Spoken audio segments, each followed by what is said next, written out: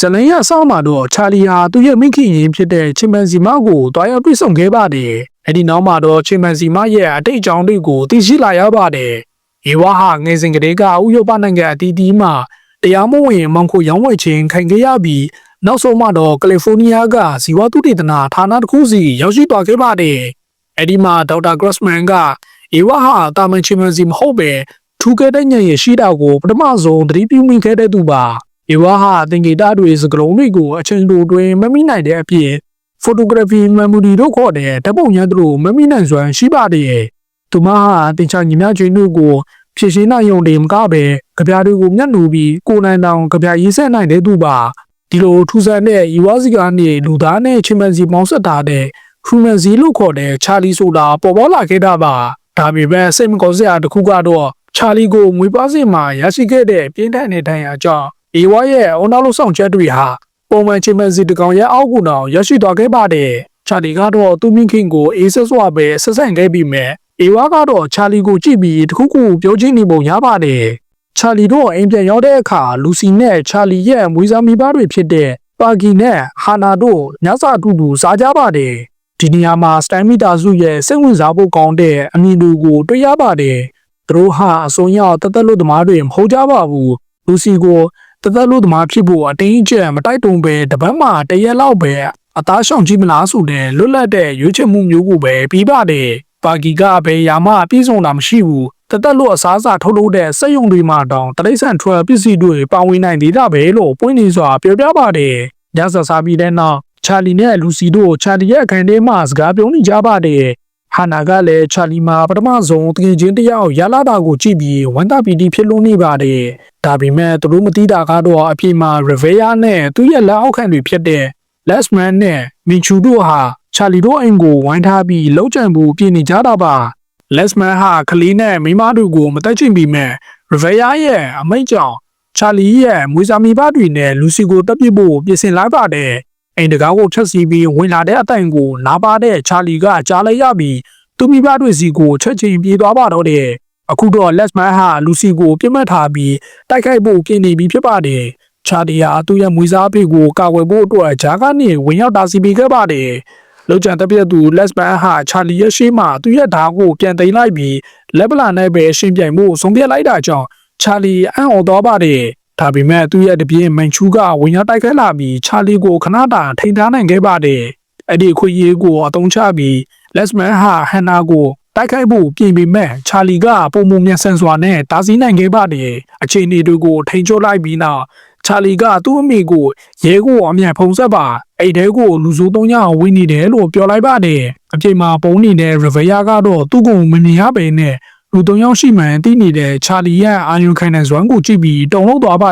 ယ်။ဟာနာကရဲကိုဖုံးဆက်ပြီးမီးတွေပြန်လင်းလာတဲ့အချိန်မှာတော့အဲ့ဒီလူစိုးတွေဟာထွက်ပြေးလုံးမြောက်သွားကြပါပြီ။ရဲတွေရောက်လာပြီးနောက်အားလုံးကိုစစ်စိမ်မီးမြန်းဖို့ရဲစခန်းကိုခေါ်သွားပါတယ်။အဲ့ဒီမှာအက်ဒရက်လို့ခေါ်တဲ့အမျိုးသမီးတစ်ယောက်ရောက်လာပြီးသူမဟာလူစီရဲ့အမေဖြစ်ကြောင်းပြောပါတယ်။ဒါပေမဲ့လူစီနဲ့မတူတာကသူမဟာချာလီကိုမြင်တာနဲ့အင်မတန်ရဲလိုပြီးနေချင်တဲ့အပြုအမူမျိုးလုပ်ပါတယ်။လူစီကချာလီကိုနှုတ်ဆက်ဖို့ကြိုးစားတဲ့အခါသူမရဲ့အမေကဒေါသတကြီးနဲ့တားဆီးပြီးဒီမြောက်ကောင်နဲ့ဝေဝေးနေစမ်းလို့အော်ဟစ်ဆေဆိုပါတယ်။ဒါကိုချာလီရဲ့မူစားမိဟာနာကမကြိမ်မနှက်ဖြစ်ပြီးအကြီးကျယ်စကားများကြပါတော့တယ်။လူစီရဲ့အမေဟာကြောင်ရဲ့ဆုံးဖြတ်ချက်တို့ကိုလည်းမကြည်မနှက်ဖြစ်နေပြီးလူစီကိုအတင်းကျပ်ဆွဲခိုးသွားပါတော့တယ်။နောက်တနေ့ကြောင်းတက်တဲ့အခါလူစီကချာလီကိုမြင်ပေမဲ့စကားမပြောဘဲရှောင်သွားခဲ့ပါတယ်။တကယ်တော့လူစီရဲ့အမိဟာကျောင်းကော်မတီဝင်တူဖြစ်ပြီးချာလီကိုကျောင်းထောက်ဖို့လက်မှတ်ထိုးတောင်းဆိုမှုတွေလုံးနေသလိုဆရာတချို့ကိုလည်းလူစီနဲ့ချာလီနင်းနေကဲမရှိအောင်စောင့်ကြည့်ဖို့စီကံထားပါတယ်။လူစီကချာလီကျောင်းထုတ်မခံရစေဖို့အတွက်သူမရဲ့အမိကိုချာလီနဲ့ထပ်ပြီးအနီးကပ်မနေတော့ဘူးလို့ကြေညာခဲ့ရတာပါ။လူစီကသူမခံစားနေရတဲ့တောကနဲ့ပူပန်မှုတွေအကြောင်းချာလီကိုရှင်းပြပါတယ်။ချာလီကတော့အဲ့ဒီခံစားချက်တွေကိုတခါမှမခံစားဘူးတာကြောင့်နားမလည်နိုင်အောင်ဖြစ်နေပါတယ်။လူစီကအဲ့ဒီခံစားချက်တွေကအရန်လေးလန့်တဲ့အလုံးလောက်ကင်ဖို့နှစ်ပေါင်များစွာစောင့်နေရတဲ့မျိုးပဲလို့တင်စားပြောပြပါတယ်။ချာလီကအဲ့ဒီလူစုကောင်တွေကိုအပိုင်းခံရရင်မင်းလုံးကြုံသွားမလားလို့မိတဲ့အခါလူစီကဟုတ်တယ်လို့ဖြေခဲ့ပါတယ်။တစ်ဖက်မှာတော့ရီဗေးယာတို့အဖွဲ့ဟာချာလီရဲ့တိုက်ခိုက်မှုကြောင့်လက်မောင်းတိုင်ရာရသွားတဲ့လက်စ်မန်ကိုစီတက်ပေးနေကြပါတယ်။ဒီနေရာမှာချာလီရဲ့ထူးခြားမှုကိုရှင်းပြထားပါတယ် ဒေါက်တာ Grossman ဟာမျိုးကွဲဆက်ချင်းမှရရှိသောဂျူဂျီစုကိုတုံးပြီးချာလီကိုဖန်တီးခဲ့တာပါမြေနဲ့မြေကိုဆက်လိုက်ရင်မြေထက်ပိုလိုက်မှပြီးမြေတဲ့ပိုတန်မာတဲ့လားကိုရသလိုမျိုးချာလီဟာလည်းလူသားနဲ့ချင်မဲစီတို့ရဲ့အကောင်းဆုံးအရေးသွေးတွေပေါင်းဆက်ထားတဲ့မျိုးစိတ်တွေဖြစ်ပါတယ်။ကျောင်းစီချိန်မှာဟာနာကချာလီကိုလာကြိုပြီးမှ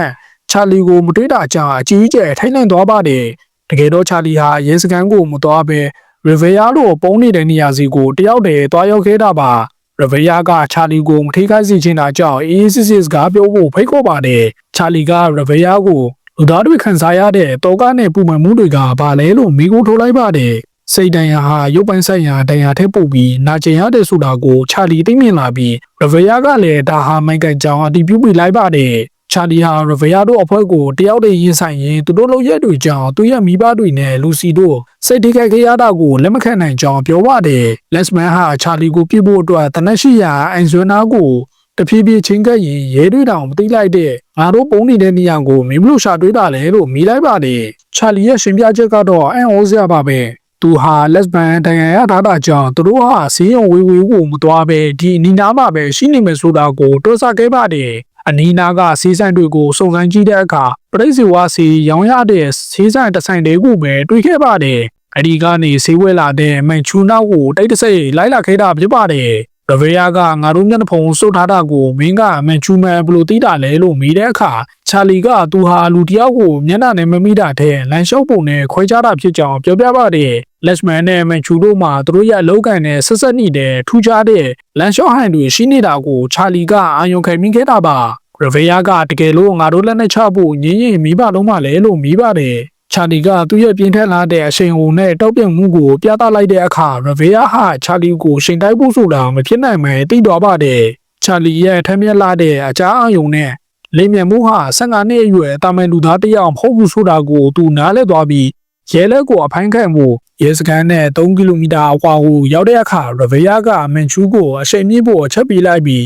မင်းရဲ့တဝက်ကလူသားဖြစ်နေတဲ့ဆိုတဲ့အချက်ကိုမိဘတော်မှပြေလို့မှမဟုတ်ဘူးလို့ပြောကအဆုံးသတ်လိုက်ပါတယ်တစ်ဖက်မှာလည်းချာလီရဲ့မွေးစားမိဟာနာဟာချာလီကိုရှာဖွေဖို့ပြက်ကွက်နေတဲ့ရဲတွေကိုဒေါသတကြီးအော်ဟစ်ဆေးဆုံးနေပါတယ်ရဗေယာတို့စီးလာတဲ့ကားဟာမတော်တဆဖြုတ်ခဲ့ပုံရပြီးချာလီကတော့ဘာမှမဖြစ်ပဲလွတ်မြောက်လာခဲ့ပါတယ်ချာလီဟာဘိုင်းမှာဒဏ်ရာရနေတဲ့မန်ချူကိုကက်တင်ဖို့ကြိုးစားခဲ့ပေမဲ့အဲ့ဒီလိုကူညီပေးတာကပဲသူ့အတွက်ပြဿနာတက်စရာဖြစ်လာပါတယ်အခင်းဖြစ်ပွားရကိုရောက်လာသူတွေကချာလီဟာတိုက်ခိုက်သူလို့အထင်လဲသွားကြတာကြောင့်သူဟာမကျူးလွန်ခဲ့တဲ့အပြစ်မှုအတွက်ဖမ်းဆီးထိန်းသိမ်းခြင်းခံရပါတော့တယ်ရဗေယာနဲ့လက်စမန်တို့ကတော့ကပ်ပြီးလွတ်မြောက်သွားပြီးတနေရာမှာပုံနေကြပါတယ်ရဗေယာကဖမ်းဆီးခံရတဲ့မန်ချူတယောက်သူတို့အကြောင်းဖွင့်ပြမှကိုစိုးရိမ်နေပေမဲ့လက်စမန်ကတော့မင်ချူကအရှိမန်စစ်ပွဲတုန်းကအနှိမ့်ဆက်ခံရတာတော့ဘာမှပြောခဲ့သူမို့ယုံကြည်စိတ်ချလို့ရကြောင်းပြောပါတယ်။ကျောင်းမှာလည်းကျောင်းသားတွေက